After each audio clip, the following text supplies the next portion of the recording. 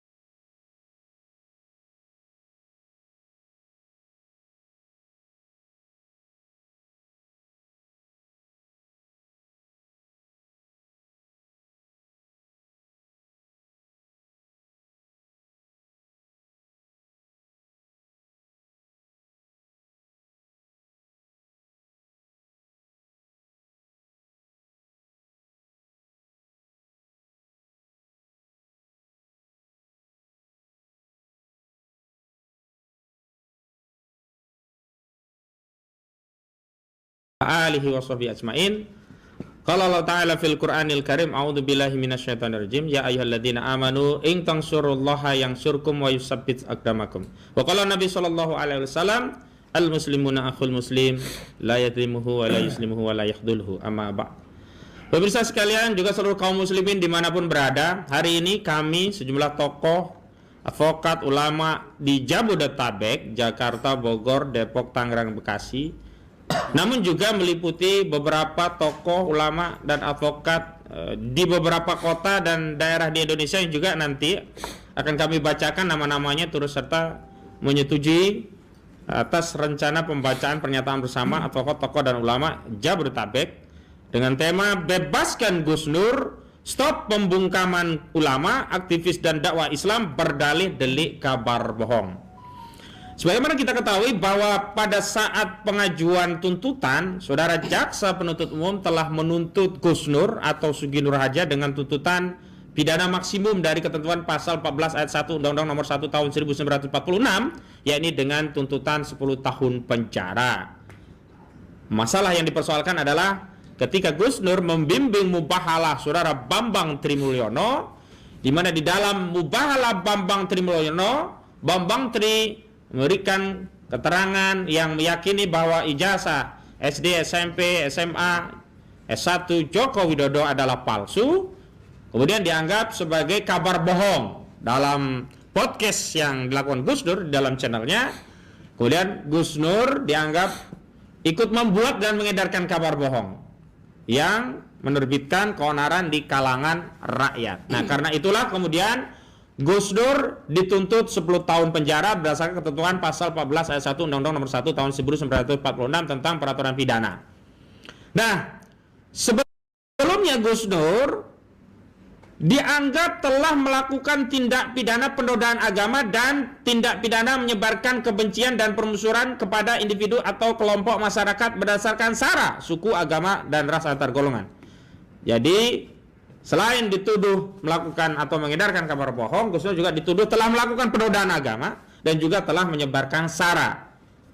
Dan hal itu pula yang dulu sudah disampaikan oleh Mabes Polri terkait penyelidikan yang dilakukan oleh Mabes Polri, dan kami juga dulu sudah klarifikasi karena kalau kaitannya dengan ijazah palsu saudara Joko Widodo, saudara Bambang Trimulyono sedang mengajukan proses gugatan perdata di Pengadilan Negeri Jakarta Pusat, dan oleh karenanya kami pernah meminta secara resmi kepada penyidik di Direktorat Tindak Pidana Cyber Mabes Polri untuk menangguhkan proses penyidikan hingga mendapatkan keputusan perdata tentang gugatan yang diajukan oleh Bambang Trimulyono di Pengadilan Negeri Jakarta Pusat sampai memperoleh kekuatan hukum yang tetap. Namun saat itu penyidik menyatakan bahwa penyidikan tidak terkait ijazah palsu, tapi terkait penodaan agama akibat mubahalah yang dilakukan oleh Gus Nur.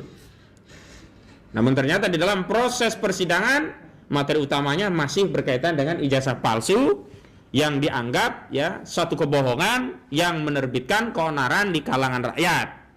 Jadi mubalahnya juga dianggap menyebarkan kebohongan sehingga menodai agama. Tapi yang perlu kami tegaskan melalui pernyataan bersama pada kesempatan kali ini adalah bahwa Gus Nur tidak pernah melakukan penodaan agama. Gus Nur juga tidak melakukan ya delik sara atau menyebarkan kebencian dan permusuhan berdasarkan suku, agama, ras dan antar golongan.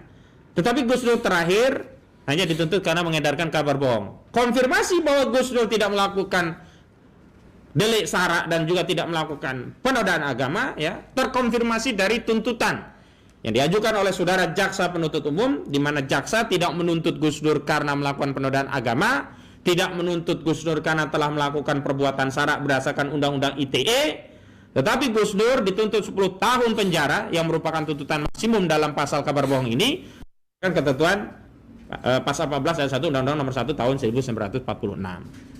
Nah, dalam kesempatan kali ini kami dengan sejumlah tokoh, advokat dan ulama Jabodetabek dan juga sudah disetujui beberapa nama dari sejumlah tokoh-tokoh di kota-kota di seluruh Indonesia nanti akan kami bacakan dan menyampaikan pandangan-pandangan dalam rangka menjelang putusan sidang Gus Nur di Pengadilan Negeri Surakarta yang akan dilaksanakan pada hari Selasa tanggal 18 Januari 2023 di Pengadilan Negeri Surakarta. Telah hadir bersama kita di sebelah kiri saya ada Ustadz Bukhari Muslim, nanti akan menampaikan pandangan-pandangan berkaitan bagaimana seharusnya sikap ulama dalam menghadapi ujian dakwah, termasuk bagaimana sikap ulama untuk memberikan dukungan dan pembelaan terhadap saudara kita Gus Nur. Kemudian juga ada Bang Aziz Januar, juga kita butuh pandangan nanti Bang Aziz tentang bagaimana kita membangun sinergi di tengah rejim yang semakin gemar melakukan kriminalisasi terhadap sejumlah ulama, aktivis dan seterusnya. Kita masih ingat yang ditangani Bang Aziz Januar ada Habib Muhammad Rizik Syihab yang hanya mengatakan alhamdulillah saya kabar sehat ya, kena pidana dituntut 6 tahun dan kemudian divonis 4 tahun dan terakhir berapa Bang Aziz ya? Udah keluar ya, mohon maaf ya. Yang belum tuh Bang Munarman. Ya, Bang Munarman dianggap melakukan tindak pidana terorisme juga ditangani oleh Bang Aziz Januar. Nanti kita juga akan dengarkan pandangan Bang Aziz. Juga di sini juga ada Bang Juju Purwantoro yang juga terlibat dalam penanganan kasus Ustadz Farid Ahmad Ubah, Ustadz Anung Alhamad dan Ustadz Ahmad Zain An-Najjar. Sedianya nanti juga akan datang Bang Abdullah Al-Katiri yang juga ikut menangani, dan kita juga butuh pandangan-pandangan Bang Juju Purwantoro karena mau tidak mau kita tidak bisa sendiri-sendiri, harus bersinergi. Karena yang dizalimi bukan hanya ulama dari satu organisasi saja, lintas organisasi, lintas pergerakan. Kalau dulu kita anggap yang dikerjai kan hanya orang-orang yang tidak dikenal. Sekarang sampai ulama sekelas Ustadz Farid Ahmad Ubah yang pernah diundang ke istana pun masih bisa dituduh melakukan teroris gitu loh. Ini yang miris ya. Kemudian nanti ada Bang Jalih Pitung dari sisi aktivis, bagaimana pandangan Bang Jalih yang juga pernah mengalami dikriminalisasi. Dan juga nanti ada Ustadz Muhammad Salman, bagaimana sikap kita terhadap apa yang menimpa Gus Dur, juga terhadap tokoh-tokoh dan ulama-ulama yang lainnya. Dan terakhir nanti kita juga minta pandangan dari Ustadz Irwan Saifullah terhadap masalah ini juga. Nah, alhamdulillah, monggo Bang Abdullah Al-Katiri nanti juga kita minta pandangannya. Nah, kursi ada di depan nih Bang, satu lagi ya. Nanti juga kita kasih kesempatan masing-masing. Sebelum nanti di ujung kita akan melakukan pembacaan pernyataan bersama. Baik, untuk awalan saya persilahkan kepada Ustadz Bukhari Muslim untuk menyampaikan pandangannya. Tafadhol Ustaz. Ya, pelan-pelan ini sambil dipegang. Maaf. Nah. Sambil dikontrol suara ya, khawatir ada. Assalamualaikum warahmatullahi wabarakatuh. Waalaikumsalam warahmatullahi wabarakatuh. Alhamdulillah, salatu wassalamu ala rasulillah wa ala alihi wa sahbihi wa wala, amma ba'd.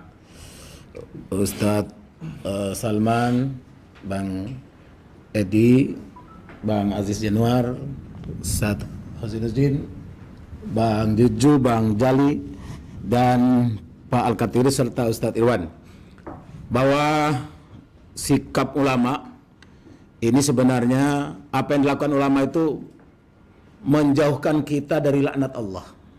Kenapa demikian? Karena di Quran itu Allah menyebut lu'ilal ladzina kafaru ala lisani Daud wa Isa bin Maryam kanu la yatanahawna am munkarin fa'aluh labi sama kanu yaf'alun. Allah melaknat, yang dilaknat oleh Allah itu atas umatnya Nabi Daud dan Nabi Isa. Apa yang paling pokok? La yatanahawna am munkarin fa'aluh. Karena tidak memberikan upaya serius untuk menolak hal-hal yang mungkar, hal-hal yang jelas buruknya, nyata salahnya. Apalagi saat ini, kalau dalam kasus Gus Nur ini bisa juga dilihat dari sisi yang lain adalah, ya boleh kita menyebut diduga kuatnya itu kriminalisasi kepada syariat. Karena objek yang dilihat adalah bagaimana Gus Nur itu melakukan mubahalah, kan awalnya di situ. Sementara apa yang menyebabkan Gus Nur melakukan mubahalah sampai sekarang tidak pernah dibuktikan. Kan Gus Nur melakukan mubahalah karena Pak Bambang menyebut bahwa ijazah Presiden Jokowi itu palsu, kan begitu. Nah, karena itu Gus Nur ingin supaya ini benar nggak, serius nggak ini. Nah, beliau melakukan mubahalah dengan Pak Bambang. Tapi kenapa kok justru Gus Nur yang kemudian menjadi terpidana, terdakwah, Gus Nur yang kemudian menjadi masalah? Nah, ini sangat kita khawatirkan bahwa boleh jadi satu saat mungkin jangan-jangan sholat pun akan jadi masalah gitu. Sholat pun akan jadi kriminal. Zakat mungkin enggak, karena zakat kan bawa duit gitu. Haji mungkin tidak, karena menghasilkan duit yang panjang sekali. Karena satu daerah itu ada yang sampai sudah 97 tahun, Ustaz. Bisa dibayangkan. Daftar sekarang 97 tahun baru berangkat itu. Bisa berangkat. Gimana itu? Nah, itu. Jangan-jangan anak SMA itu sudah mendaftar, kenapa? Calon istrinya belum ada itu. Sudah mendaftarkan anaknya yang belum ada. Jadi ini sangat serius, sangat serius. Kalau ini dibiarkan, tidak ada tindakan dari kita khawatir apa yang terjadi di umatnya Nabi Daud, umatnya Nabi Isa ini benar-benar akan terjadi. Karena Allah menyebutkan la yatanahawna am munkarin fa'alu. Mereka tidak saling mencegah, tidak saling peduli untuk jangan sampai laknat itu datang kepada kita. Nah, ini karena korbannya sudah orang yang telah berusaha sungguh-sungguh menyelamatkan sesuatu yang boleh jadi akan mengundang azab, akan mengundang laknat dari Allah. Jadi ini sangat serius sekali. Para ulama harus tidak boleh jadi setan bisu. Para ulama harus melakukan sesuatu, paling tidak memberikan support, dukungan supaya para hakim memutuskan apa yang sebenar-benarnya. Dan kita juga berharap supaya kejujuran, keadilan itu tegak, bahwa ya harus dibuktikan betul. Karena nggak susah-susah. Makanya salah satu tokoh menyampaikan, mudah saja. Presiden tinggal datang, bawa ijazahnya, ini asli, silakan dibuktikan, selesai urusan. Tapi kalau ini dibiarkan, ini akan jadi sejarah buruk di masa datang.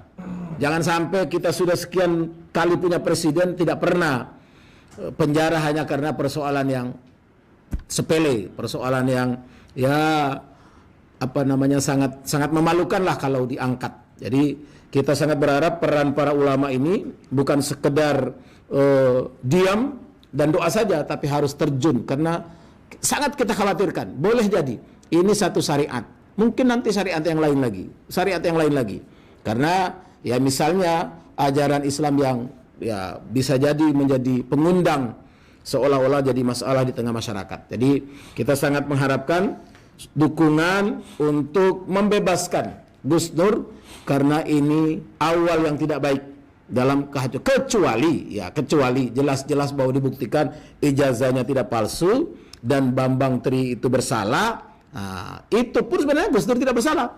Gus Nur tidak bersalah karena beliau ingin membuktikan, buktinya dipakaikan mubahalah. sebagai sebuah syariat Islam yang jelas-jelas Allah Subhanahu wa taala sebutkan di antaranya dalam Al-Qur'an itu surah Ali Imran ayat 61. Jadi ini harus kita ketahui bersama, khususnya umat Islam, apalagi pihak-pihak yang sekedar cuap-cuap. Ini bukan persoalan Gus Nur komentarnya, persoalan Bambang Tri dengan bukunya dan lain sebagainya. Tapi persoalan ada di dalamnya adalah, ya kita lihat di fakta persidangan betapa mubahalah itulah menjadi akar persoalan yang kemudian berkembang dan ternyata tidak ada dalam tuntutan jaksa. Barangkali itu mungkin nanti bisa disempurnakan Ustadz Salman dan yang lainnya. Terima kasih. Assalamualaikum warahmatullahi wabarakatuh. Waalaikumsalam warahmatullahi wabarakatuh. Lanjut saja langsung ke Bang Ajis. Ya. Biar gesernya nggak kuat. Ya betul Pak. Sama perekamnya tolong dideketin punya Bos.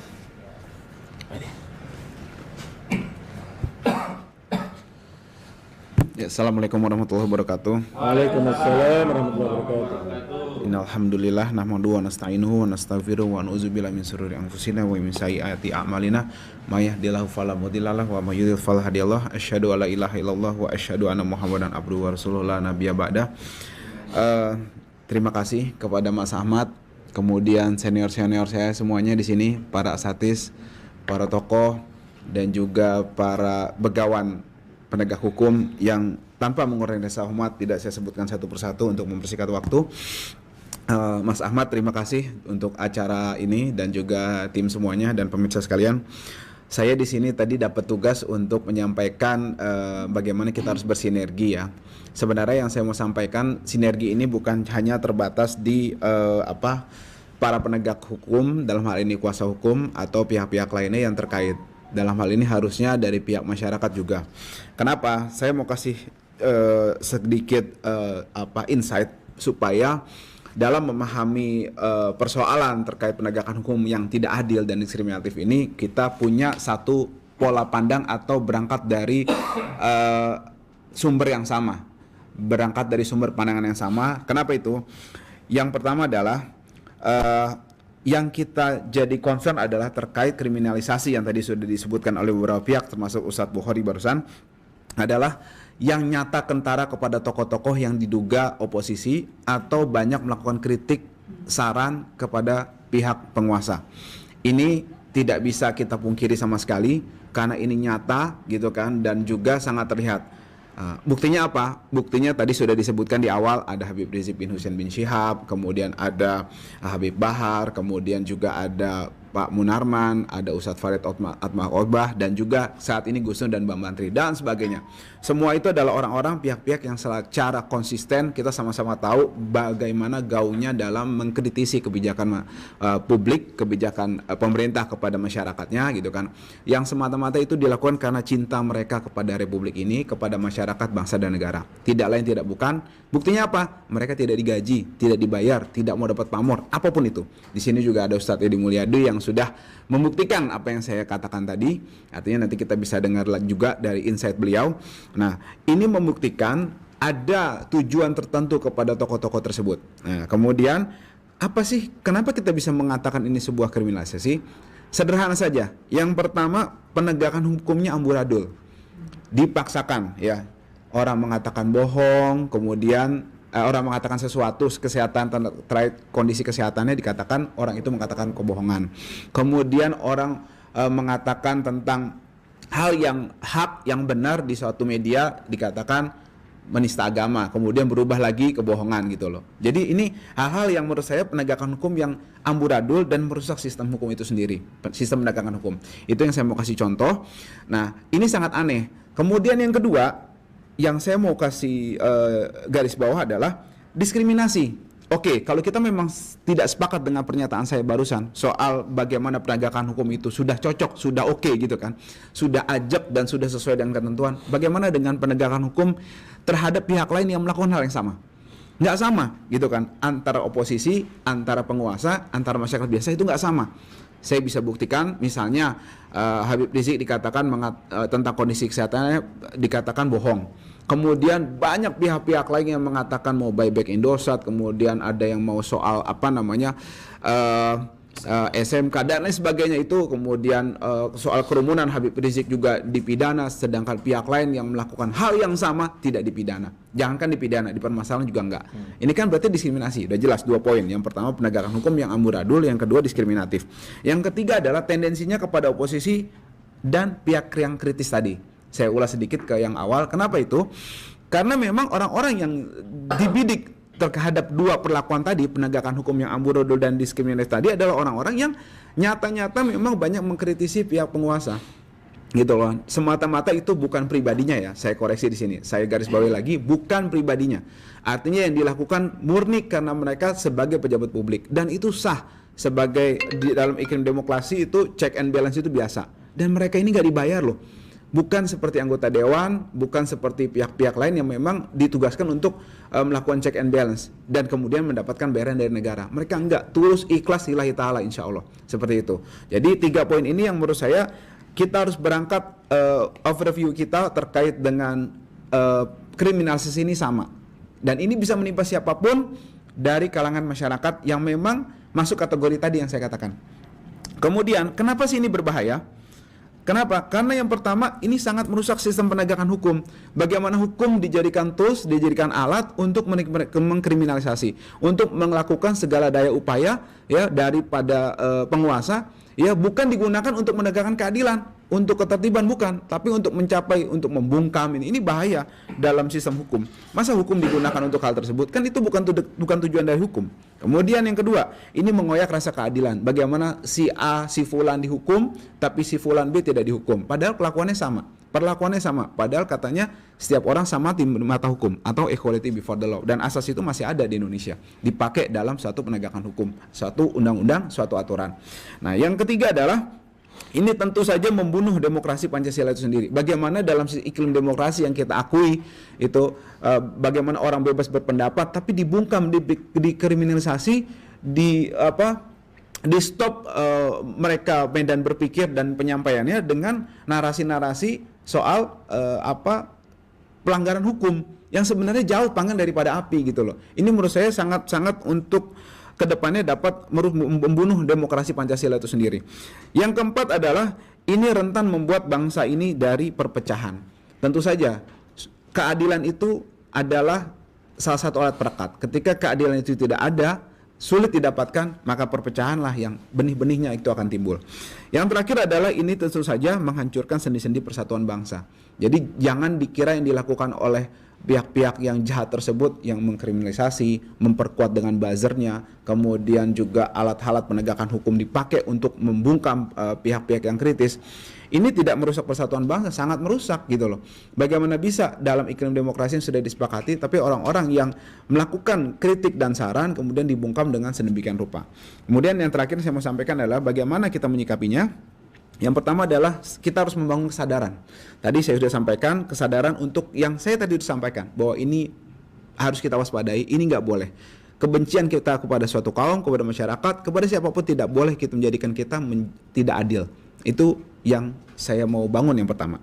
Kemudian setelah kesadaran di antara masyarakat, yang selanjutnya adalah membangun kebersamaan bersama dalam menyikapi hal tersebut. Kita harus bergandengan tangan menyikapi hal tersebut, tidak boleh diam.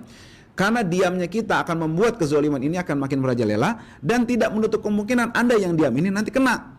Kasus Sambo contohnya seperti itu. Siapapun bisa kena, di dalam bisa kena. Jangan Anda pikir Anda di dalam sistem nggak bisa kena. Bisa kena. Semua sangat rentan karena ini sangat-sangat subjektif dan sangat-sangat serampangan. Ini kriminalisasi dan ketidakadilan itu ibarat kita dalam satu ruangan 2x2 kita taruh ular kobra di situ yang sangat berbisa. Dia bisa menyerang siapa saja. Jangan ada kira Anda pawang nggak kena bisa juga. Inilah sangat berbahaya. Kemudian yang terakhir adalah kita bersinergi untuk melawan kezaliman tersebut. Karena kebatilan yang terstruktur dengan baik itu akan mengalahkan kebaikan yang amburadul yang tidak terstruktur dengan baik. Makanya kita sudah tahu, kita menyadari, kita yakin bahwa kita ada di jalan yang hak, maka kita harus bersinergi dan bersama dan memiliki sistem untuk melawan tersebut. Dan hadirnya acara ini menurut saya adalah bagian dari tersebut yang alhamdulillah masya Allah, semoga kumpulnya kita di sini menjadikan turunnya berkat rahmat Allah Subhanahu Wa Taala di tempat ini. Terima kasih waktu dan kesempatannya. Billahi taufik wa hidayah. Assalamualaikum warahmatullahi wabarakatuh.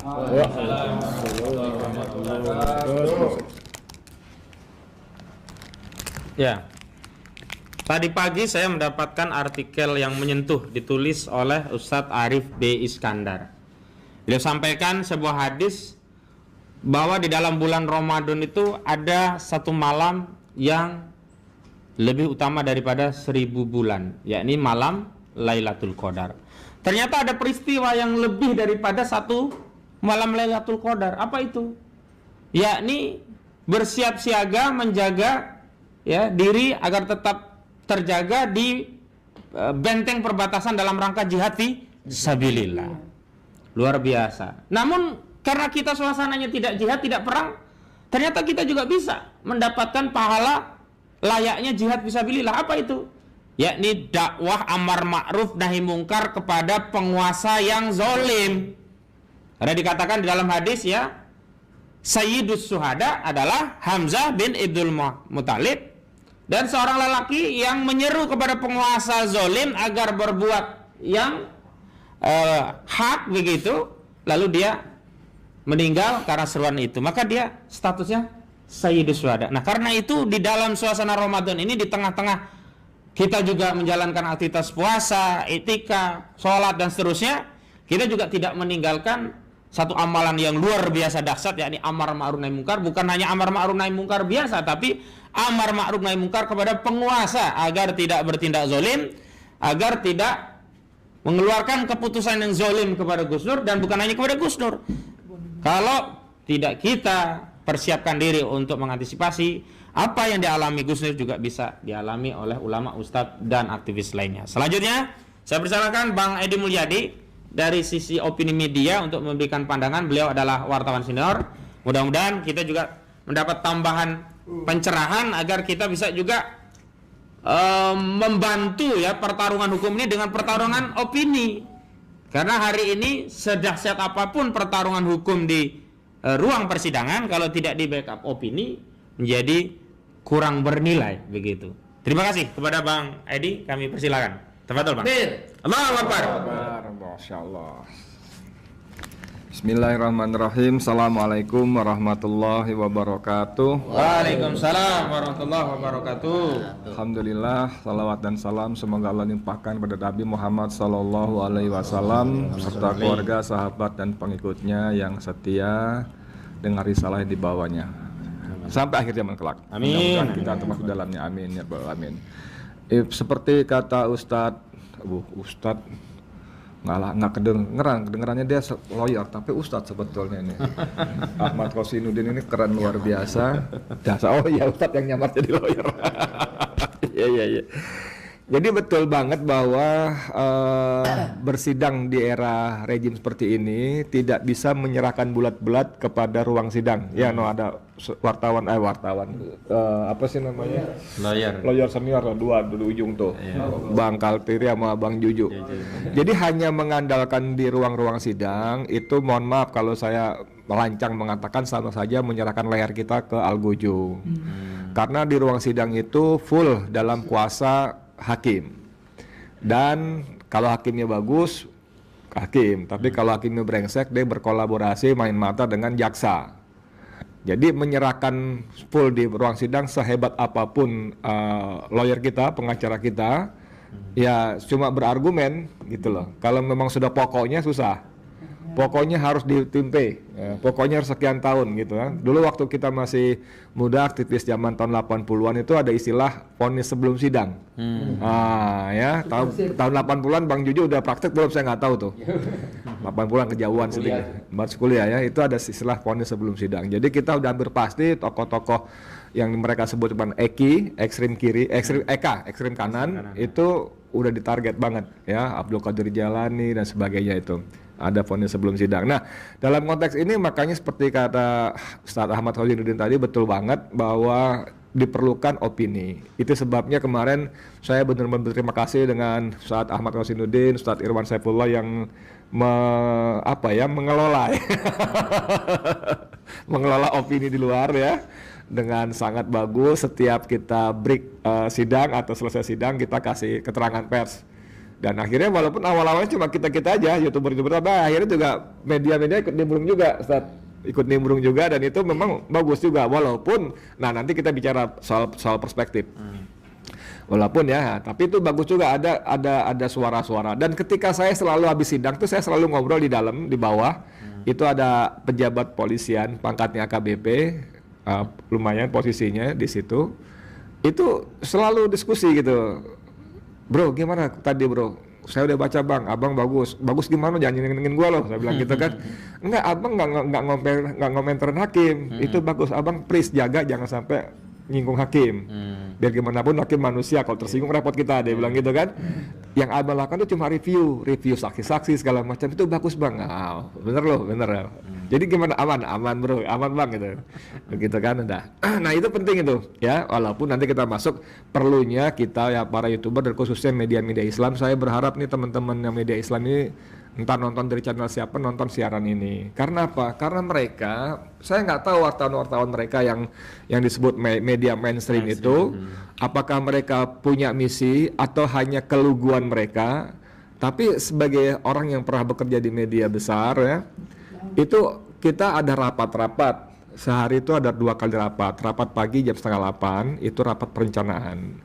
Lalu ini kita bicara koran ya waktu itu ya, tahun 90-an awal ya sampai 2000-an awal. Itu kita rapat pagi jam 7:30, lalu rapat lagi sore jam 4. Rapat pagi perencanaan, rapat sore itu budgeting. Budgeting itu para redaktur kumpul. Kalau pagi para redaktur melaporkan, gue tugasin si Fulan untuk ngejar si Anu, gue ngejar gitu loh. Laporan aja, perencanaan. Atau apa yang kita mau tugasin, masih ada waktu kan. Nah rapat sore itu kita adu berita supaya bisa masuk ke halaman 1. 4 budgeting. Ini tadi nih soal 349 triliun ini bagus nih, ada Mahfud buka begini-begini. Oh kalah, Sri Mulyani ketahuan bohongnya misalnya. Ini misal nih ya Sri ya. Misal apa memang bener bohong gitu kan. Nah kita rebutan tempat tuh. Kadang-kadang kita udah kesel-kesel gitu, tiba-tiba orang iklan suka ikut tuh. Sorry ya, ada titipan nih. Berita cuma 7 aja, kenapa? Halaman depan ada iklan, jadi tolong yang ini geser-geser. Oh brengsek. Tapi kita memang dikasih tahu sehebat apapun kita, kalau nggak gajian repot. Gajian tuh ujung-ujungnya iklan gitu ya.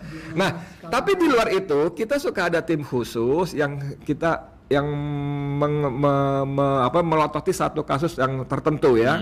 Kayak saya waktu saya sebut merek aja Media Indonesia, saya pernah mengepalai tim investigasi waktu itu soal jam sostek. Akhirnya kita bikin artikel setiap hari di halaman 1, banner cuma 10 cm tapi 1 halaman. Jadi manjang gitu supaya menyerap perhatian bagaimana Pat Gulipat jam sostek waktu itu di situ. Dan saya sebagai ketua tim investigasi juga sudah berusaha kontak dengan direksi, lawyer segala macam gitu. Cuman selalu diabaikan. Makanya begitu kita turun sekali-kali mereka baru datang dan itu urusannya orang pimpinan deh gitu ya. Nah itu yang saya maksud tadi. Ini ada tim yang sengaja dibentuk untuk menekuni kasus-kasus tertentu. Pada kasus-kasus kita, jangan lupa sekarang ini media itu lebih banyak sisi industrinya ketimbang idealismenya, ya. Apalagi media mainstream. Satu, jadi mereka sebagai entitas bisnis, mereka harus cari uang, harus cari untung supaya bisa bayar gaji dan sebagainya dan lainnya, ya kan? Yang kedua, mereka sebagian besar sekuler, sebagian besar sekuler bahkan tidak sedikit yang anti-Islam. Even itu media yang dikenal pemiliknya orang Islam, ya.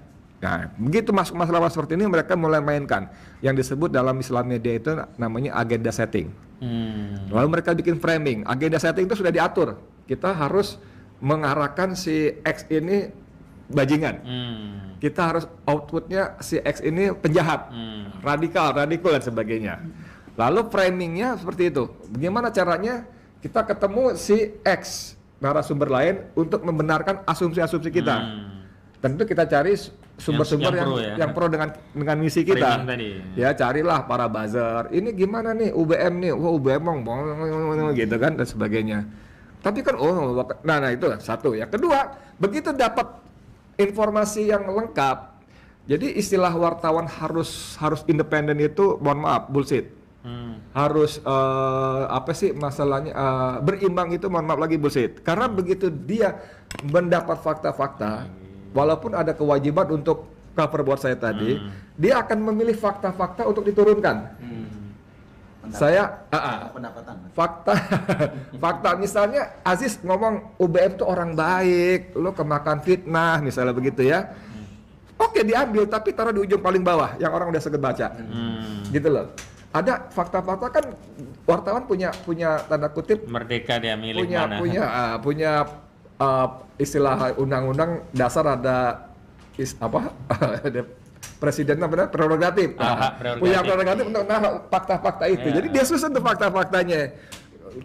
Paragraf pertama dijual dulu dan hantam, kedua, ketiga, hantam lagi, baru sementara itu teman dekat UBM Sekilas Ajis saja lah. mengatakan bla bla bla. Sekilas saja itu hanya sekedar untuk memenuhi. Nah, itu yang saya ceritakan anatomi seperti itu. Maksudnya supaya kita yang di luar betul-betul di luar dunia wartawan itu memahami bahwa sebuah berita tidak Semuanya fakta. meluncur begitu aja. Ya, tidak tampil, tidak terbit, tidak dimuat begitu aja. Sering ada settingan tadi, ada agenda setting, ada framing dan sebagainya. Nah, saya ingin ngasih contoh misalnya ketika kasus saya. Bagaimana mereka sangat-sangat bias. Ini ada dari FIFA. Bikin geram. Edi Mulyadi hina Kalimantan saat bahas ibu kota negara. Padahal ini nggak ada sudah faktanya. vonis. Iya, vonis ya. Hina, saya tidak menghina Kalimantan. Tidak menghina ibu kota, ya. Iya, betul. Dari penjudulan itu sudah bagian dari framing tadi, pengiringan opini tadi. Lalu ada Trans 7. Ini kita tahu pemiliknya namanya si Hairul Tanjung, yang kita anggap pengusaha muslim. Ya, dari ranah Minang ya. Edi Mulyadi hina IKN di Kaltim, tempat dibuang anak. Mana saya menghinanya? Iya. Bahkan saya nggak pernah bilang Kalimantan tempat dibuang anak ya, Mas Juju ya, dalam sidang-sidang kita sampai itu Mas Juju termasuk yang paling getol ngejar itu. Bagian mana videonya? Itu saya ingat beberapa kali dikejar terus. Di belah mana? Mana? Menit keberapa? Nggak ada kalimat menghina itu nggak ada. Bahkan menyebut IKN tempat dibuang anak itu nggak ada. Nggak ada secara verbal ya, nggak ada gitu loh. Tapi kan orang digiring seperti itu. Ini Trans 7. Lalu ada bisnis ini kelompoknya Ciputra. Ini para konglomerat ya. Ada Ciputra, ada siapa itu Volvo siapa Volvo? Astagfirullahaladzim. Ada lah ya. Hina Kalimantan tempat buang anak Edi Mulyadi dilaporkan ke Barreskrim. Tidak ada kata hina, menghina itu nggak ada. Lalu Tribun ini grupnya Kompas ya. Siapa Edi Mulyadi yang lantang hina IKN di Kalimantan hingga sebut Prabowo Subianto macan mengeong? Kalau sebut iya, ya macan mengeong betul sebut. Tapi kalau hina itu sudah. Nah, jadi bagaimana mereka begitu? Video saat hina Kalimantan viral, Edi Mulyadi takut buka HP karena ditelepon. Ini sumbernya dari Bang Kadir. Tapi saya tidak mengatakan saya takut telepon, saya buka telepon, itu saya buka HP itu WA, SMS, telepon bertubi-tubi orang maki-maki, dan saya nggak takut gitu loh. Tapi mereka giring seperti itu. Jadi maksud saya begini, kita ini kan setiap muslim kan punya kewajiban. Apalagi Allah kasih kesempatan kita main di media sosial atau bahkan di media massa ya, dalam bentuk online atau sebagainya. Itu yang pertama, jadi kita betul-betul manfaatkan itu. Kalau kita buka di surat As-Saff ayat ke-8 ya. Ke-8 kan memang Allah udah kasih tahu. Walaupun nggak pas betul tapi jadi juga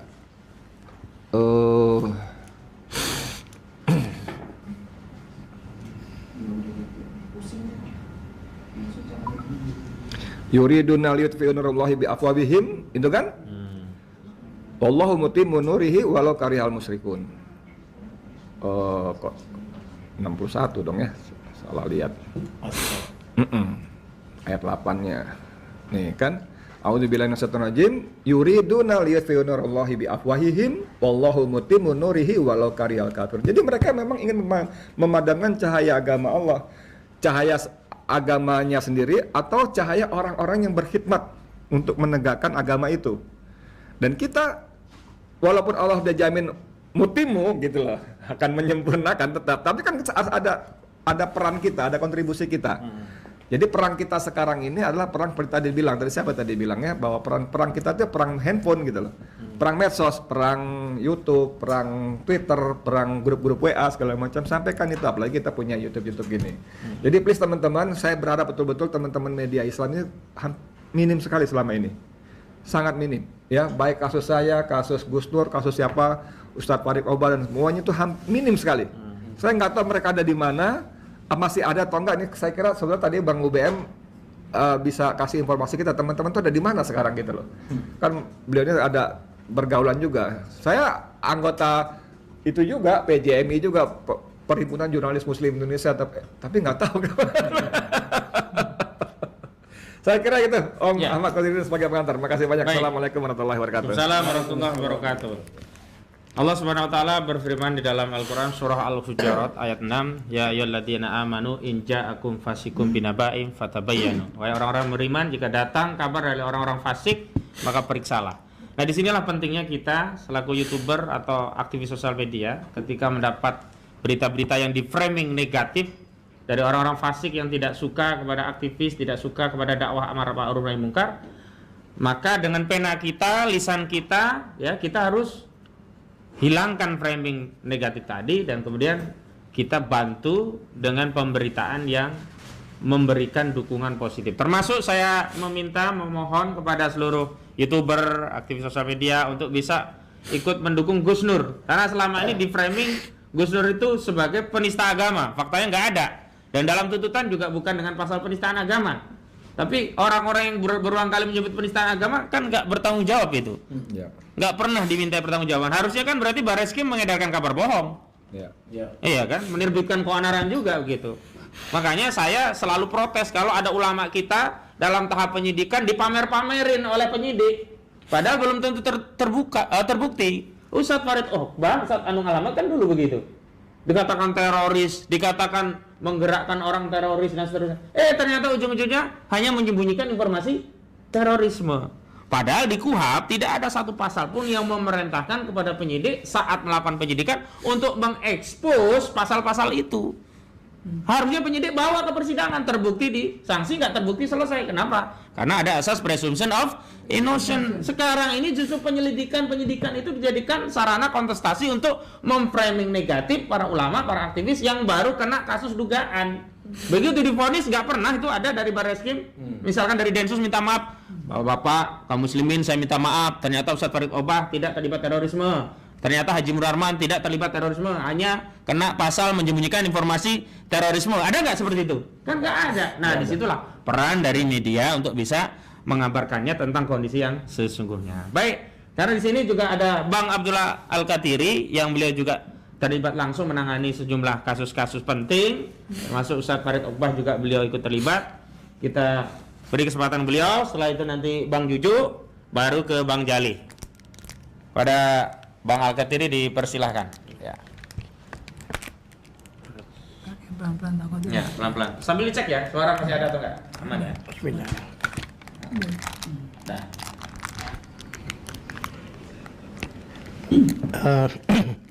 Bismillahirrahmanirrahim. Assalamualaikum warahmatullahi wabarakatuh. Waalaikumsalam warahmatullahi Ya. wabarakatuh. Saya tidak perlu pembukaan, to the point aja. Sebenarnya, ya kan, kita perlu sadari para lawyer ini, para advokat ini, itu adalah petugas negara, bukan swasta. Jadi kita itu di bawah Mahkamah Agung dan kita ada undang-undangnya. Memang kita di luar birokrasi, tetapi kita diberi kewenangan oleh negara sebagai penegak hukum, seperti notaris. Kenapa notaris itu stempelnya burung Garuda? Karena dia sama dengan menteri, gitu loh. Jadi kadang-kadang banyak teman-teman tidak paham dan dalam menghadapi khususnya yang junior ya, kalau senior insya Allah sudah paham, yang menghadapi petugas negara lainnya itu seolah-olah kita ini adalah orang yang ya diusir di ini dan sebagainya. Kalau saya anti itu. Jam berapapun juga saya mau masuk Mabes Polri, saya masuk Mabes Polri. Masuk kejaksaan saya masuk, ketahanan pun saya masuk. Sampai tahanan, oh ini bukan waktu besuk. Nah, ngerti nggak mereka itu hukum? Ya kan? Seperti kemarin contohnya, kemarin itu saya kunjungi Ustadz Farid Oqbah. Kebetulan alhamdulillah beliau sudah dipindahkan di Gunung Sindur. Dan dua ustadz lainnya, Ustadz Anung dan satunya lagi Ustadz An-Najah, itu dipindahkan di Kerawang. Saya sampai bertanya kenapa Ustadz dibedakan lalu di Gunung Sindur, katanya diberi misi untuk menasihati orang-orang di dalam itu. Katanya konon kabarnya begitu. Apa hubungannya? Apa hubungannya? Ya kan? Kemudian saya selalu menekankan pada teman-teman, ya kan? Banyak teman-teman ini frustasi. Walaupun pembelaannya kita di atas angin, rata-rata pembelaan kita itu di atas angin. Di atas angin itu dalam arti kita menunjukkan kebenaran-kebenaran dan bukti-bukti bahwa kita yang benar. Tapi tetap dihukum. Saya kehilangan banyak teman-teman itu frustasi gara-gara begitu. Saya bilang jangan. Kalian harus bersyukur bahwa profesi yang luar biasa, profesi yang istilahnya yang bisa dikatakan masuk di dalam kategori jihad, itu adalah lawyer. Belum tentu profesi lain diberi kesempatan yang sama. Itu selalu kami tekankan pada teman-teman itu. Dan kenapa demikian? Jadilah seperti burung kecil yang menetesi api Nabi Ibrahim. Burung itu mengerti bahwa dia tidak bisa mematikan api itu. Paham. Tapi dia jawab apa? Saya hanya menunjukkan pada Allah, saya berpihak pada siapa. Dan pahala orang itu adalah dari perbuatannya, bukan dari hasilnya.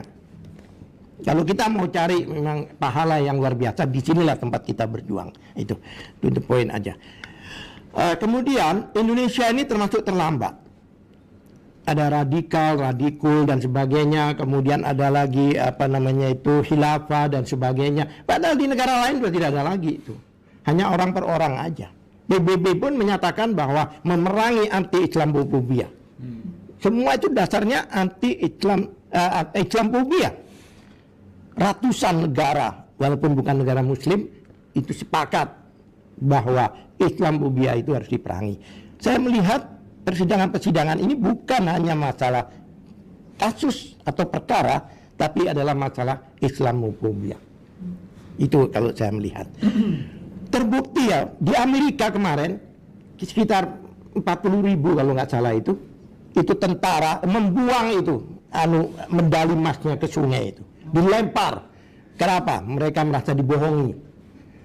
Mereka menyesal, mereka minta maaf terhadap umat Islam, baik yang di Irak dan di tempat-tempat yang lain. Iya, dibuang. Ada itu YouTube-nya itu, bisa dilihat gitu. Ya kan?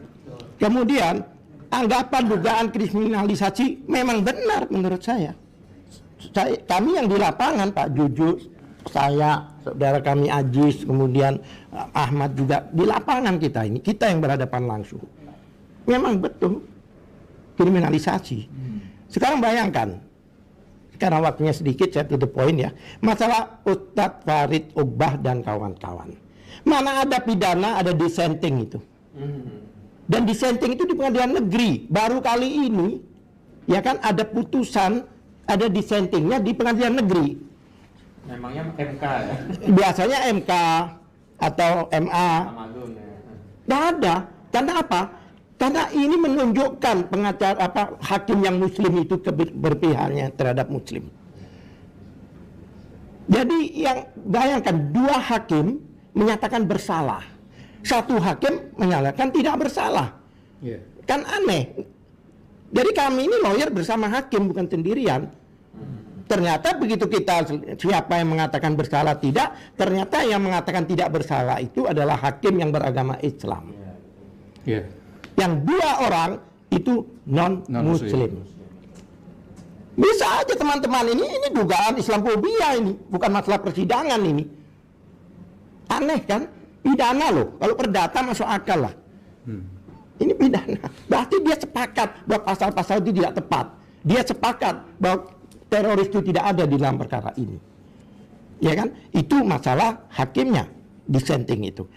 Saya berterima kasih dan mudah-mudahan diberi rahmat Allah Subhanahu wa taala terhadap hakim tersebut. Kemudian kasusnya sendiri. Dan itu tadi ada yang bicara di sini masalah pendanaan. Tidak semudah itu pendanaan itu. Di dalam kasus 3 ustadz ini ada 3 yayasan yang dikatakan pendanaan dari terorisme. Yaitu Yayasan Madinah, Yayasan Perisai, dan Yayasan Aba. Bahkan kaleng-kaleng di masjid-masjid itu disitain semua, katanya itu adalah untuk pendanaan teroris. Tidak semudah itu. Hukum mengatur, jika berhubungan dengan penyaluran dana, ada pendanaan, aliran dana, itu harus ada laporan PPATK. Khususnya kasus korupsi, kemudian kasus teroris, kemudian kasus apalagi korupsi, narkoba, TPPU, pencucian uang. Itu harus. Ini bahkan tidak ada audit, itu tidak ada. Benar nggak aliran dana itu ke situ? Benar nggak? Dalam persidangan tidak ada 1 sen pun. Bagaimana? Apa? Apa 5? Oh iya. Ya Allah. Astagfirullahaladzim. Ya. Astagfirullahaladzim. Keras nih. Ini keras nih, keras. Biasanya nggak begini. Maafkan.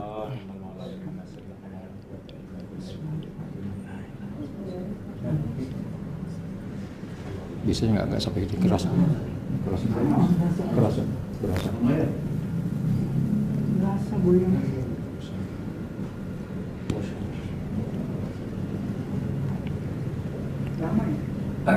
Masih ya? Udah ya? Iya, kami lanjutkan. Dalam kasus Farid Uqbah ini jelas-jelas tidak jelas. Tidak jelas. Ngerti maksudnya? Coba bayangkan, seperti tadi teman-teman katakan, biasanya orang ditarget dengan pasal tertentu, tetapi disidangkan dengan pasal lain. Padahal dia ditersangkakan dengan pasal A, disidangkan dengan pasal B. Ini jelas-jelas melanggar KUHP. Bagaimana 2 alat bukti pada perkara itu? Perkara pemerkosaan ternyata sidangnya masalah maling sepeda motor. Ini sudah sering terjadi yang kami hadapi di lapangan. Apalagi dengan adanya HP itu, HP disita, orangnya ditersangkakan, kemudian dicari-cari apa yang ada di dalam HP itu. Itu lain lagi. Untuk Ustaz Farid, kenapa hakim itu, kami memahami kenapa hakim itu membebaskan beliau, yang satu hakim itu, karena bayangkan, pada saat dia ditersangkakan dan ditertangkap, itu belum ada 2 alat bukti. Belum ada 2 alat bukti. Pelapornya tidak ada. Baru kali ini ada perkara tidak ada pelapornya. Masalah teroris ini. Karena pelaporan itu harus. Makanya disebut dan model B. Pembunuhan orang yang mati itu pun harus ada pelapornya. Pelapornya apa? Ya penyidik itu melaporkan penyelidikan itu. Namanya model A. Model B adalah laporan masyarakat. Ini tidak ada pelapornya, 1. Kedua, berdasarkan saksi. Itu yang faktanya. Dan saksi-saksi itu rata-rata periksa, tetap ditangkap dan ditersangkakan. 1. Kedua, 2 alat bukti itu diantaranya selain saksi juga ada ahli. Kalau petunjuk itu diantaranya, ada lagi undang-undang baru ini, undang-undang IT ini ditambahkan sebagai salah satu alat bukti, yaitu bukti ITE. Itu tambahan alat bukti di 184. Itu semuanya tidak ada. 1, tidak ada saksi. Kedua, semua ahli diperiksa minimal 6 bulan setelah ditangkap. Mana ada kejahatan terus 6 bulan setelah ditangkap? Ada BAP-nya, kami bisa tunjukkan itu. Masyarakat biar tahu itu. Ketiga, barang bukti yang digunakan itu barang bukti yang sudah dimusnahkan tahun yang lalu. Pada perkara lain ya? Pada perkara lain. Sudah dimusnahkan, ada perintah pengadilan, perkara si A, tahun lalu dimusnahkan, ya kan? Kemudian perintah kejaksaan untuk melaksanakan perintah amar putusan itu tahun lalu tiba-tiba dimunculkan. Dan ini dilema buat mereka sampai sekarang, dan ini bukan etik. Kami sudah laporkan ke Propam. Ini bukan masalah etik, tapi ini pidana. Penggunaan barang palsu, bahkan double itu. Penggunaannya sendiri sudah kena 263, penggunaan surat palsu. Belum di pengadilan sumpah palsu. Double kenanya itu. Nah, kalau memang ini bukan palsu, ini seharusnya dalam penguasaan hakim. Kalau bisa kembali ke penyidik, nah ini perlu dipertanyakan. Bagaimana barang bukti yang sudah dalam penguasaan hakim, ya kan, bisa kembali lagi ke penyidik. Zombie. Iya, ini perlu ini kita soundingkan nanti kalau sudah negara ini agak tenang itu DPR itu. Setelah negara api tidak menyerang lagi ya. Iya. Itu fakta. Ya kan? Kemudian kami terus terang aja, kami terus protes. Kenapa ditaruh di Cikeas dan sebagainya? Orang yang belum jelas bersalah pada saat di dalam penyidikan disuruh sumpah NKRI. Nah ini ngerti hukum apa enggak? Suruh kembali ke NKRI. Kalau orang belum disidangkan, itu adalah praduga tak bersalah. Tidak bisa dimintain pertanggungjawaban seperti itu.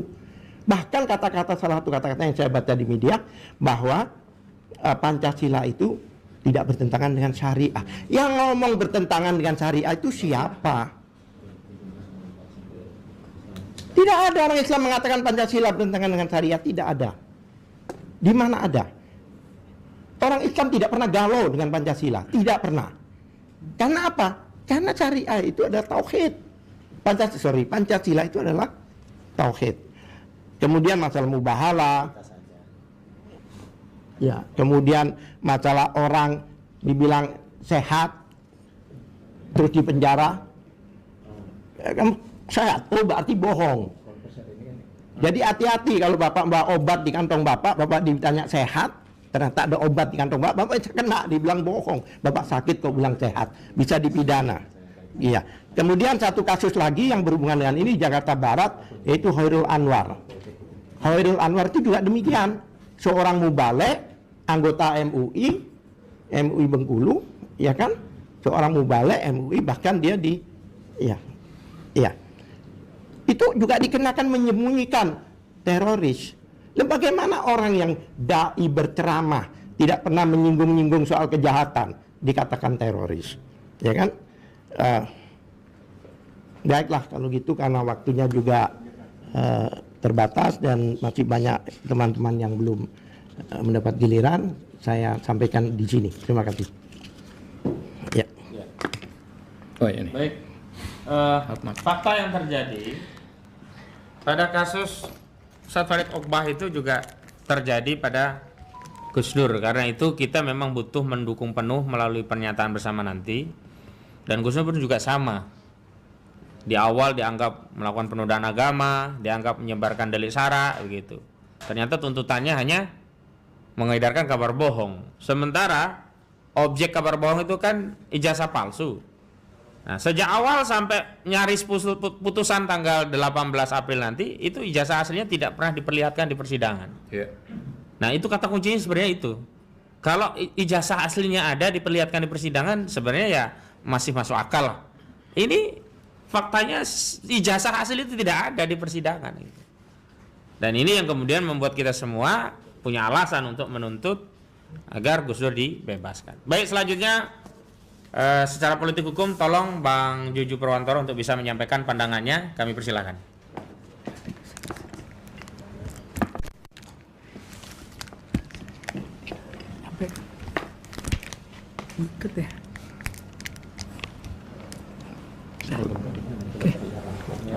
Assalamualaikum warahmatullahi wabarakatuh. Waalaikumsalam warahmatullahi wabarakatuh. Rekan Ahmad Hosinuddin yang sudah menginisiasi konfes ini, rekan-rekan yang lain tidak bisa saya sebutkan satu-satu. Bang Edi Mulyadi juga ada di sini. Dengan mengucapkan syukur alhamdulillah sampai Ramadan kita yang hampir di ujung gitu ya. Kita masih berikan hari terakhir nih. Sehat dan syukur alhamdulillah begitu. Amin. Jadi kalau seperti apa yang sudah disampaikan rekan-rekan tadi menyangkut masalah penegakan hukum di negara kita ini, yang katanya kalau sesuai konstitusi Undang-Undang Dasar 45 kita adalah restas negara hukum, ya, termasuk undang-undang yang menyertainya, segala macam undang-undang itu didasarkan pada rasa hukum dan keadilan masyarakat gitu. Tapi bahwa faktanya, saya coba menyoroti di era pemerintahan atau ketatanegaraan 10 tahun terakhir ini, itu masyarakat sangat merasa sekali ya terjadi penyimpangan ataupun pelanggaran-pelanggaran hukum dan termasuk dalam keadilan atau penegakan hukum masyarakat itu demikian timpang. Ya, sedemikian timpang kami rasakan. Terutama era 10 tahun terakhir ini, di tahun sekitar 2010 sampai saat ini, ya, itu kita rasakan betul di era rejim ini bahwa lebih banyak menyasar, katakanlah begitu, seperti rekan-rekan sampaikan tadi, menyasar lebih kepada golongan ustadz ataupun ulama dan aktivis-aktivis muslim begitu. Faktanya seperti itu. Panjang lebar tadi sudah disampaikan oleh rekan Pak Kadri, Pak Khosinuddin, ya, Pak Haji Yanuar juga begitu. Yang terakhir juga disampaikan bagaimana seorang imam besar kita Habib Rizik Syihab yang hanya mengatakan saya sehat-sehat saja, tapi faktanya dipidana. Begitu juga termasuk rekan saya Munarman yang tidak pernah ada kaitannya berdasarkan undang-undang terorisme. Padahal kalau undang-undang terorisme yang lama itu tidak ada itu. Kalau cuma kita ngobrol-ngobrol begini, kita diskusi gitu ya, sepanjang kita tidak katakanlah kita menyiapkan bom gitu, bawa senjata misalnya begitu ya, terbukti itu dikait-kaitkan dengan terorisme. Tapi kalau sekarang ini kita ngobrol-ngobrol, jangan-jangan Mas Osi kita ngobrol soal terorisme gitu ya, kita diskusi, wah bisa kena juga ini dengan terorisme yang baru.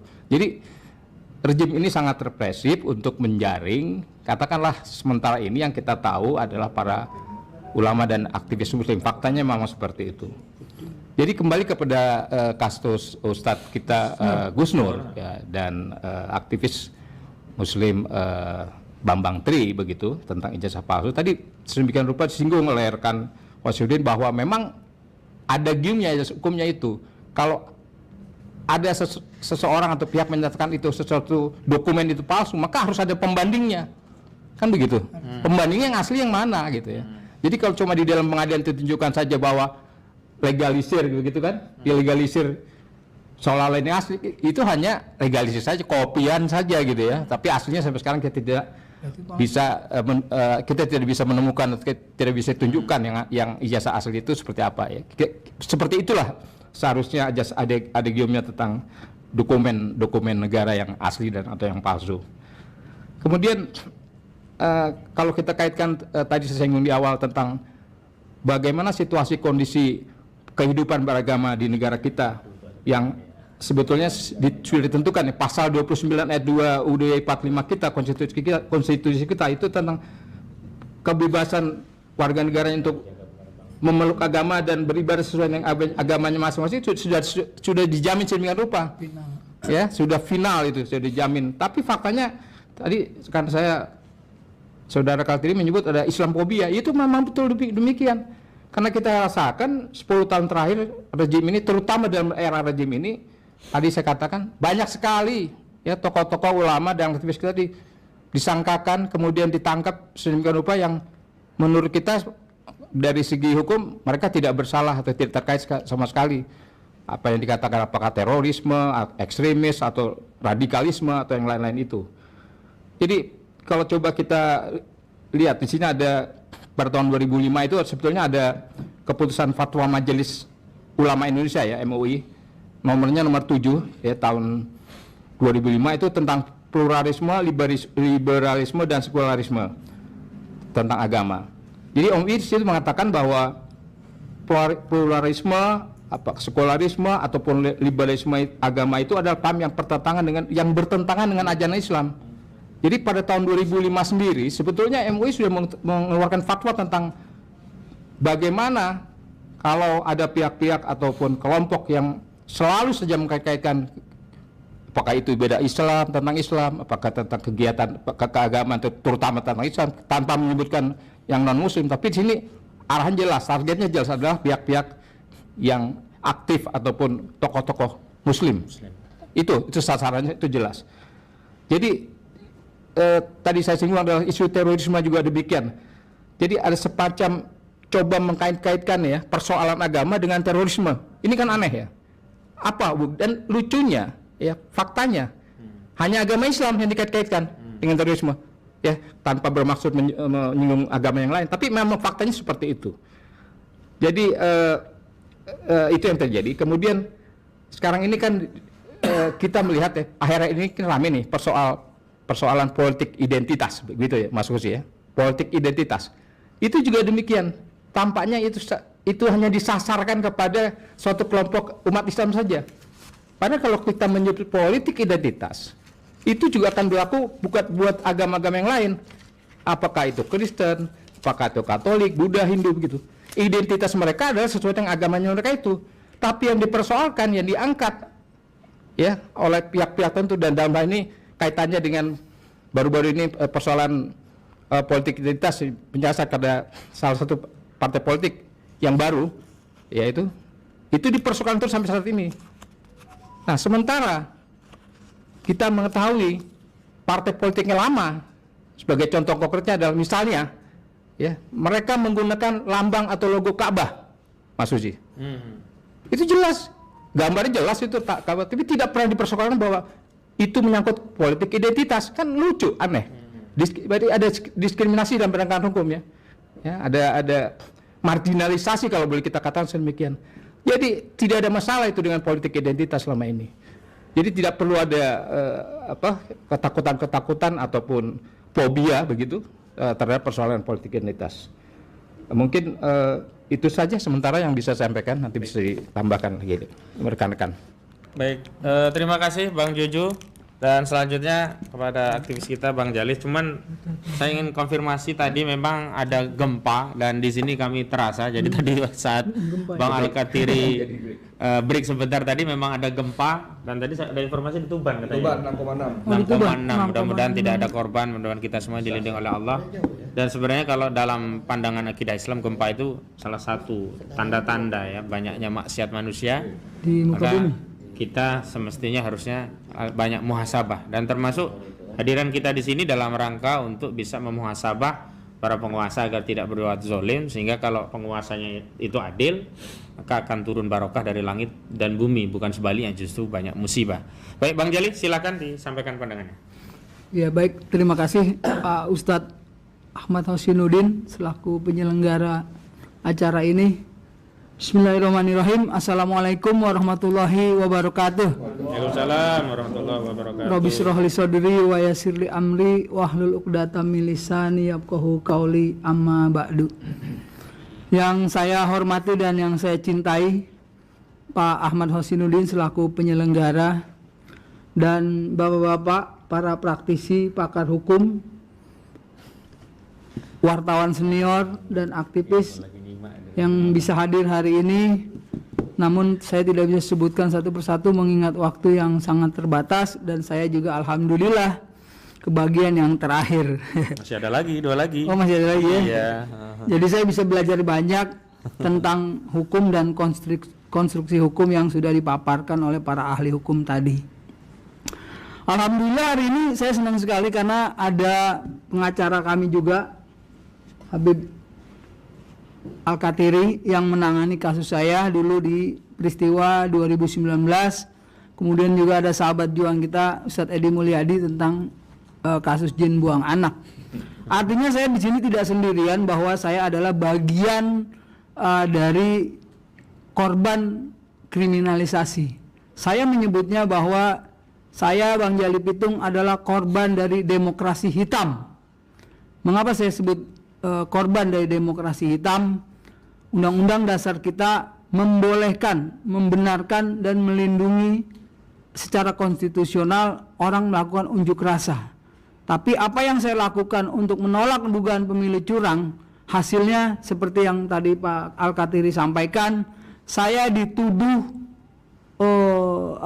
waktu itu memiliki bahan peledak dan seterusnya, sehingga pasalnya berubah. Yang secara hukum tadi sudah dipaparkan, saya tidak perlu mengulangi kembali. Dan saya ingin fokus kepada sahabat juang kita Ustadz Gus Nur. Kemudian juga saya tertarik dengan apa yang disampaikan oleh Bang Ajis Yanuar tentang sinergisitas. Lalu Edi Mulyadi menyampaikan tentang kita umat Islam, aktivis, ulama, serta rekan-rekan media yang memasuki era, saya menyebutnya era jurnalis liberalis kapitalis ya. Memang faktanya seperti itu. Maka berdasarkan pengalaman kami dulu hanya koran Tempo ya Ustadz ya, hanya satu-satunya di penghujung persidangan kita yang ke-36 itu koran Tempo. Padahal sebelumnya, nah ini sama dengan kasus Gus Nur tadi yang disampaikan oleh Bang Edi Mulyadi dan Hosinuddin. 17 Oktober saya ingat sekali itu tahun 2019 dilakukan konferensi pers bahwa Jali Pitung dan kawan-kawan adalah orang-orang yang memprovokasi mahasiswa untuk melakukan penggagalan pelantikan presiden pada tahun 2019. Bahkan ada tudingan saya membawa bahan peledak dan sebagainya. Nah inilah yang kita sedih terhadap kasus Gus Nur hari ini. Tuduhannya diawali dengan mubahalah. Padahal mubahalah dilindungi oleh undang-undang khususnya pasal 29 tentang menjalankan syariat agama ya Pak Ustadz ya. Itu yang saya pahami. Nah tapi kemudian berubah lagi penyebaran berita bohong. Undang-Undang nomor 1 pasal 14 tahun 1946. Nah ini yang sangat miris sekali. Kita sebagai aktivis dalam kesempatan yang singkat ini juga saya mengajak kepada teman-teman aktivis untuk tetap istiqomah, tetap berjuang dan tidak takut dikriminalisasi. Karena sebagaimana tadi disampaikan pada pembukaan tadi tentang surat Muhammad ayat 7, intang surullaha yansurkum wa yusabbit aqdamakum. Nah itu saya rasakan betul. Bagaimana saya di lapas kota Tangerang itu tetap tegar. Artinya ayat itu benar-benar shodaqallahul azim. Saya tetap tegar, tidak minder, tidak merasa bersalah karena memang kita benar memperjuangkan kebenaran. Begitu juga apa yang disampaikan tadi oleh Ustadz Bukhari tentang agama, bagaimana kita melakukan amar ma'ruf. Nah ini saya tertarik sekali dengan apa yang disampaikan oleh Ustadz Hosinuddin tadi tentang bagaimana kita umat Islam bukan hanya di Indonesia saat ini memasuki hari yang ke-21 berburu Lailatul Qadar. Tapi tadi disampaikan bahwa ada setingkat yang lebih tinggi dari itu ya, yaitu memerangi pemimpin yang zolim. Berdakwah bukan memerangi. Maksudnya? Awal amar ma'ruf. Oh iya, maksud saya iya. Kalau saya mungkin karena dari sisi aktivis ya, mohon maaf kita koreksi kalimatnya. Jadi berdakwah dalam rangka memerangi pemimpin yang zolim. Iya. Nah ini kita melihat, kita lihat apa yang dirasakan oleh Gus Nur hari ini juga pernah dirasakan oleh saya beberapa tahun yang lalu, tepatnya 3 tahun yang lalu. Untuk itu kita para aktivis bagi yang sempat mudah-mudahan bisa ikut mengunjungi persidangannya karena terbuka untuk umum dan terus mendukung sekaligus berdoa agar majelis hakim ini bisa memutus saudara kita Gus Nur ini bebas dari segala tuntutan hukum. Amin ya. Karena memang kita lihat ini adalah sebuah, kalau saya boleh lancang mengatakan ini adalah sebuah pemerkosaan hukum atas nama hukum, atau bisa disebut juga politisasi hukum. Sebagaimana tadi para pakar sudah menyampaikan tentang ekualitas, tentang diskriminasi dan kriminalisasi, ini memang kental sekali terjadi di dalam masa pemerintahan Jokowi. Jadi banyak juga orang-orang yang melakukan hal yang sama, bahkan saya masih ingat betul itu, Anda teman-teman bisa searching kembali bagaimana dulu Presiden Joko Widodo itu menyatakan SMK mobil ya. Tentang mobil SMK. Kalau tidak salah kalimatnya begini, sudah ada 6.000 lebih yang memesan SMK. Tapi sampai saat ini sudah berapa tahun, sudah hampir 10 tahun dia jadi presiden, satu pun saya belum lihat ada yang melintir-melintir atau melipir di jalan raya. Pakai mata batin, Bos. Jadi dia termasuk mobil yang punya kecepatan goib, ya, kecepatan melebihi exocet. Nah, inilah yang miris. Maka tadi para pakar menyampaikan tentang kriminalisasi dan diskriminasi kalau kata Pak Juju tuh. Ketika itu yang menyatakan Habib Rizik, hanya saya misalnya, bagaimana Bang Jari kabar? Alhamdulillah saya sehat. Padahal saya mungkin secara medis, menurut dokter saya pilek gitu. Nah itu langsung diburu pasal itu.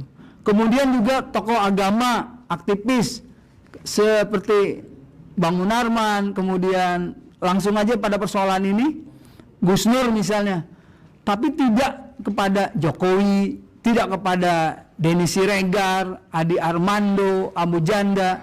Nah, ini yang jadi pertanyaan besar, bagaimana penegakan hukum kita terhadap negeri ini. Sedangkan kita sama-sama menyadari dan sepakat ya, menyadari, sepakat dan menjunjung tinggi nilai-nilai Pancasila dan Undang-Undang Dasar 1945. Bagaimana kita bisa meraih keadilan sosial bagi seluruh rakyat Indonesia ketika pasal 2-nya kita tidak lakukan dari awal atau lebih dulu kita lakukan tentang kemanusiaan yang adil dan beradab. Nah, berbicara tentang keadilan ini, saya melihat yang banyak ini hanya pengadilan dan proses peradilan. Tapi untuk mencari keadilan kita sangat memprihatinkan di negeri yang sangat kita cintai ini. Jadi mungkin dari sisi aktivis, sekali lagi saya hanya ingin menguatkan, mendoakan, sekaligus menyemangati teman-teman aktivis untuk tidak pernah takut, untuk tidak pernah jemu, dan untuk tidak pernah berhenti berjuang. Karena nanti Allah yang akan membela. Pak Ustadz tadi sudah sampaikan bahwa yang dinilai dan diberikan pahalanya itu bukanlah hasil dari perjuangan kita, tapi niat dan aktivitas kita di dalam berjuang dalam rangka menegakkan amar ma'ruf nahi munkar. Demikian yang dapat saya sampaikan. Mohon maaf atas segala kekurangannya. Terima kasih atas perhatiannya. Billahi taufik wal hidayah. Wassalamualaikum warahmatullahi wabarakatuh. Waalaikumsalam warahmatullahi wabarakatuh. Langsung saja Ustadz Salman, dan nanti di akhir ada dari Ustadz Irwan, dan setelah Ustadz Irwan nanti kita akan bacakan pernyataan bersamanya. Silakan Ustadz Salman. Bismillahirrahmanirrahim. Assalamualaikum warahmatullahi wabarakatuh. Alhamdulillahirabbil alamin wa bihi nasta'inu ala umri waddin wa ala alihi washabihi ajmain, amal ba'du. Kawan-kawan seperjuangan, saudara-saudara yang saya hormati, mohon maaf sehubungan dengan waktu yang sudah mepet ya, jadi nggak disebutin ya waktu ya. Ya, bicara langsung ke intinya adalah pertemuan pada hari ini adalah kita membicarakan tentang kasus saudara kita, guru kita, Ustadz Gus Nur, yang mana kita ketahui tadi sudah banyak panjang lebar diceritakan oleh para pengacara kita, para aktivis dan para wartawan nih, Bang Edi senior kita ini. Kita paham sudah bahwa semua ini hanya rekayasa, hanya settingan bagaimana caranya para aktivis dan para pejuang keadilan, para pejuang kebenaran ini bisa dibungkam. Sebenarnya itu saja Pak intinya. Yang mana jelas-jelas sudah pertama Gus Nur ini dituduhkan tentang mubahalah, dan waktu itu saya sempat berpesan sama kawan-kawan, apabila Gus Nur dipanggil jangan hadir. Itu hanya trik. Karena apa? Kalau sudah hadir ditahan, mereka nggak capek-capek lagi. Tapi kalau tidak hadir dipanggil, kan harus beberapa kali panggilan, bukan begitu?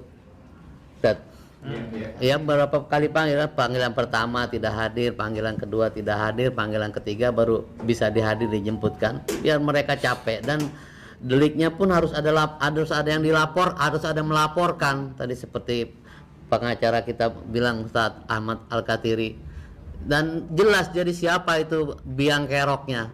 Tapi ya qadratullah memang seperti ini, agar supaya kita juga semua punya ladang untuk berjuang, dalam ladang untuk beramal ma'ruf nahi munkar.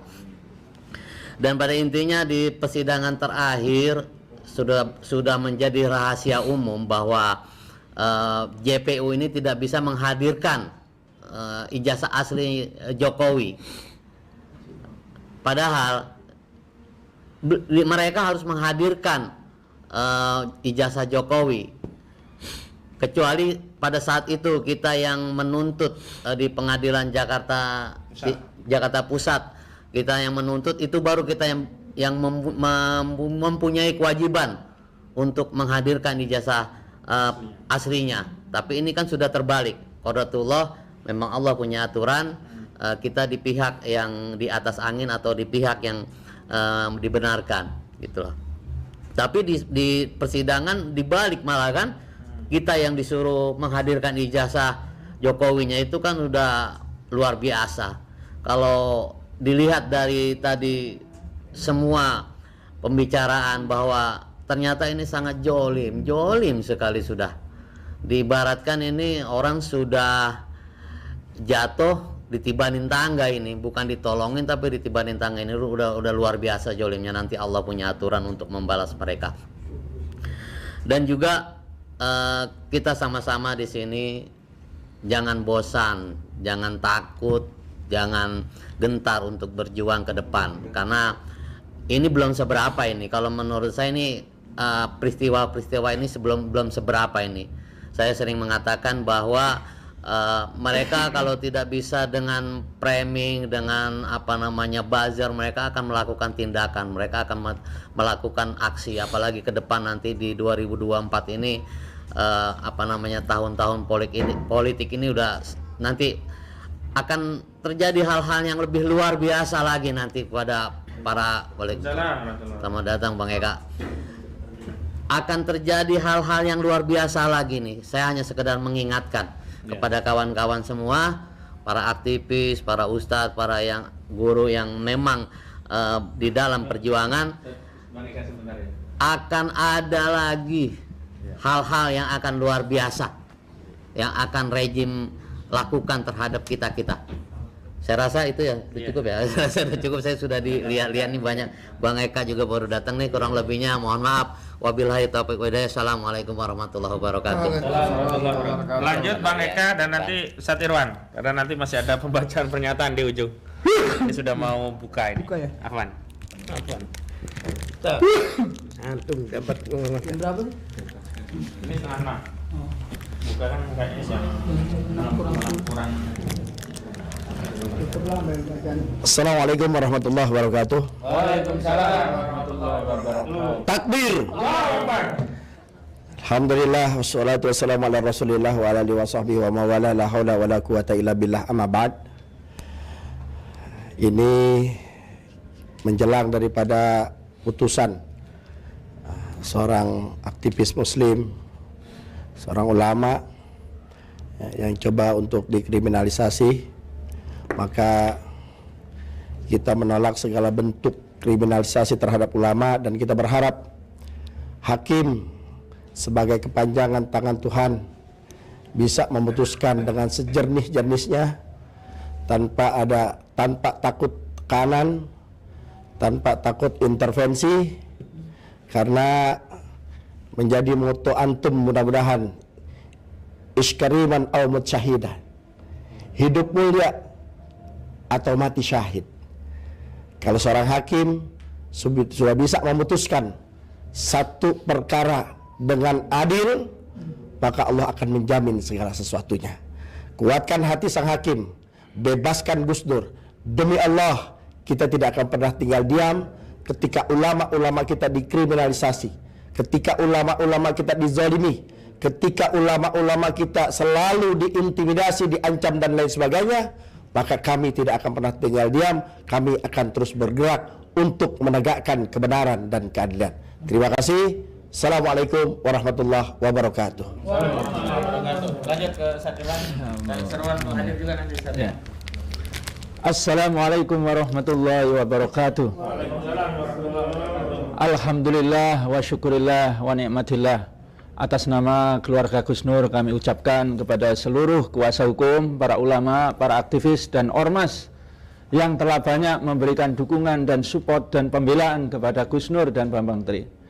Yang kedua, kita sama-sama tahu ya, seluruh rakyat Indonesia ini berharap banyak sebetulnya ya, ijazah Pak Jokowi ini hadir di dalam sidang. Kenapa? Karena sidang Gus Nur ini sesungguhnya adalah sidang yang sangat besar, mungkin lebih besar dibanding kasus 349 triliun. Ya, mungkin lebih besar juga dari kasus Sambo.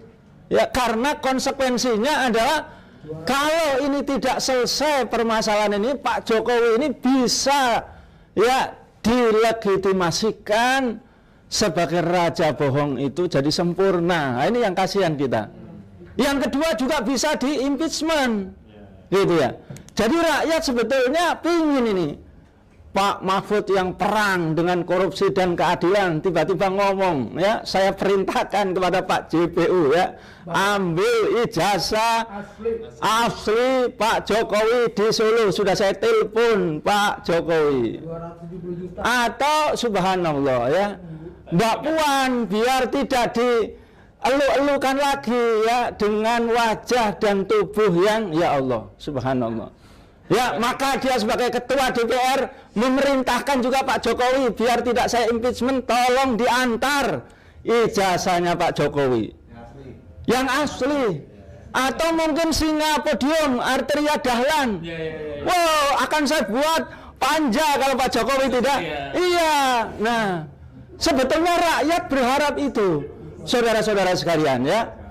Nah, yang kedua, mungkin saya barangkali ingin menyoroti sisi lain. Saya sangat miris, ya, sebagai teman saudara Gus Nur ini, ya Allah. Ya, JPU saudara Aprianto Kurniawan ketika diminta kuasa hukum, tolong hadirkan ijazah yang asli itu, Bang. Hadirkan. Katanya dia, saya tidak dikasih bahan oleh bapak polisi. Bahannya cuma ini saja, katanya.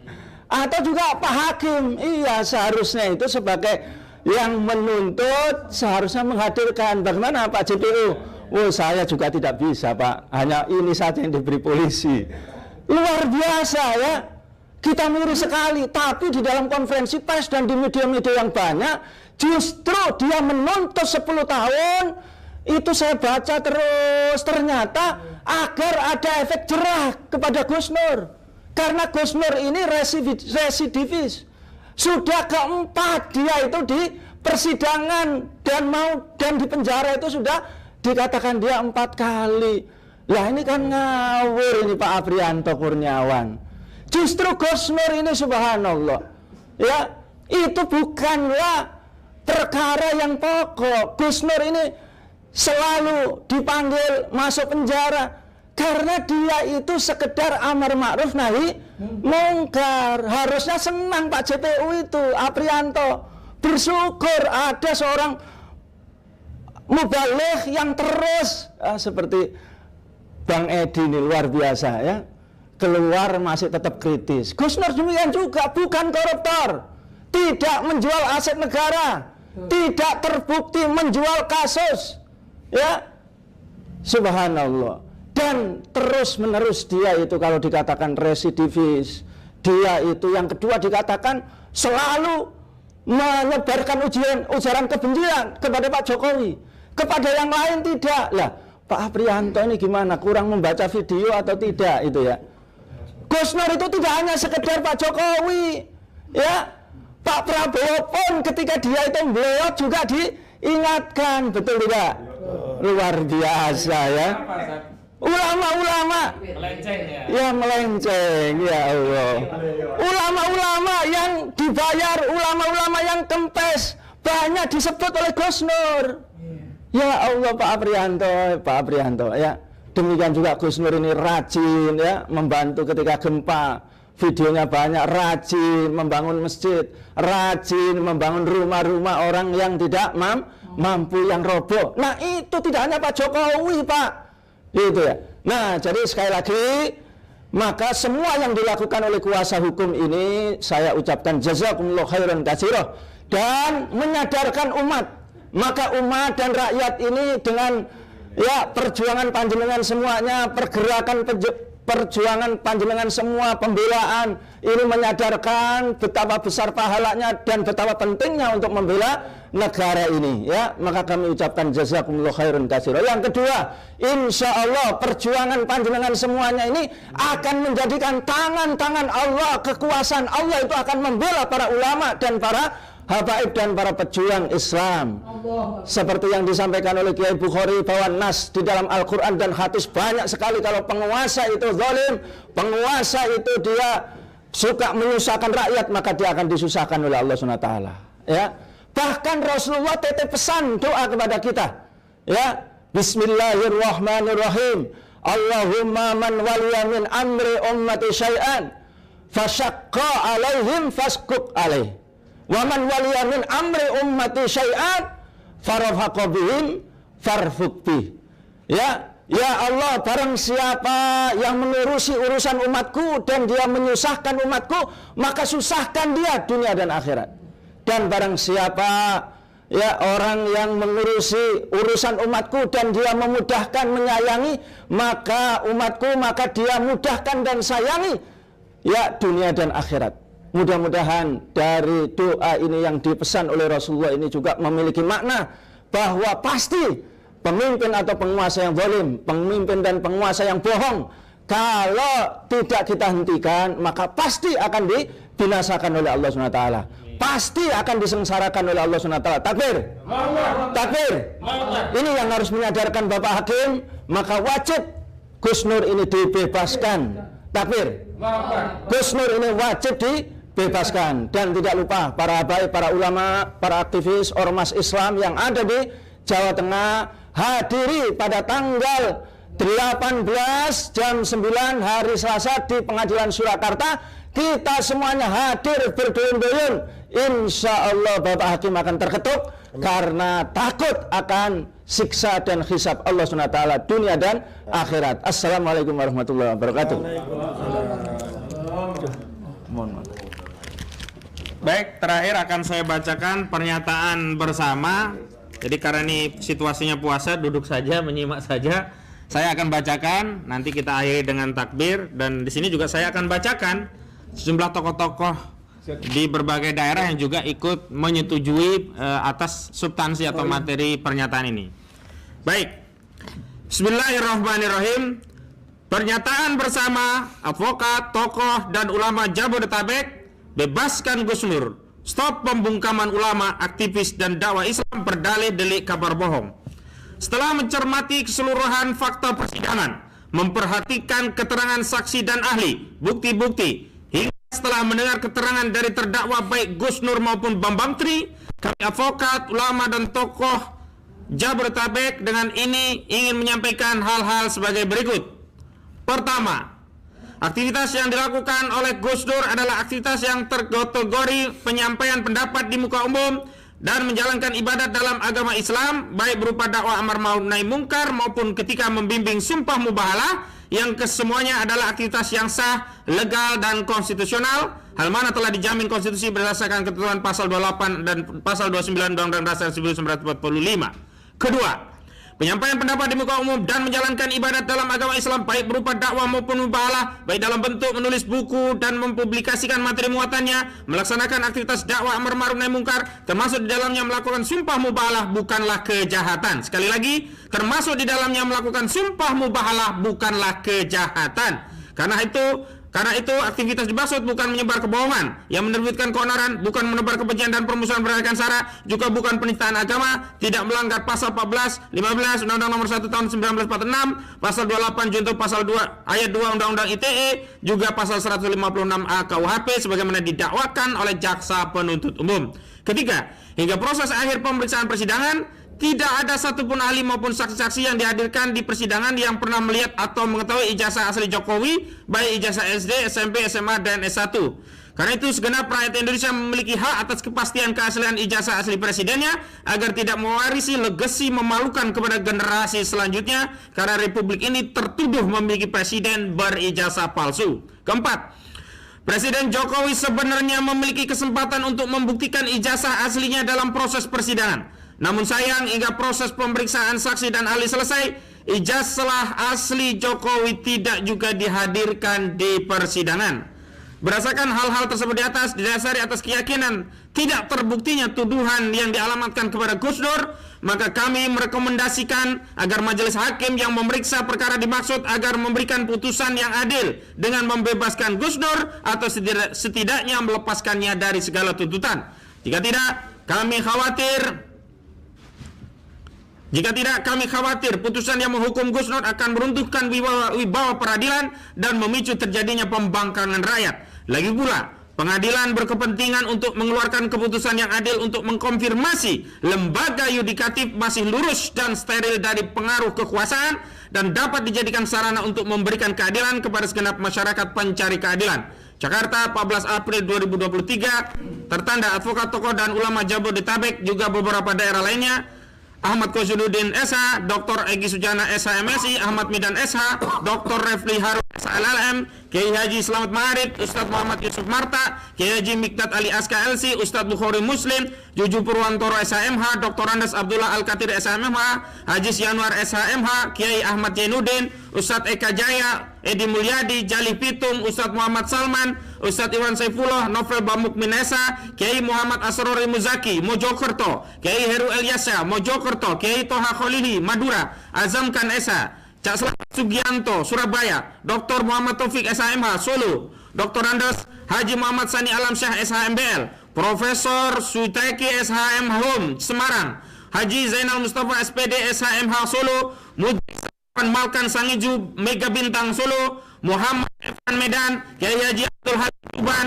Habib Umar Asgaf Lampung, Ustadz Edi Asari Lampung, Bunda Mary Lampung, Ustadz Ferry Salim Lampung, Ustadz Firman Syah Lampung, Ustadz Farul Rozi Lampung, Damai Hari Lubis SHMH, Andika Dian Prasetyo SHMH Solo, Ririan Dianto SH Solo, Waliana SHMH Solo, Muhammad Muhlasin SHMH Solo, R. Ahmad Nur Ridho Prabowo SH Solo, Agus Susilo Musli SH Solo, Nail Tiano SH Solo, Mahmud SHMH CLA, Riki Fatama Zaya Munte SHMH, Kurnia Triroyani SH, Ruslan Buton, Ustadz Mudrik Al-Hanan Solo, Dr. Ramadhani Akrom, Nur Widianto S.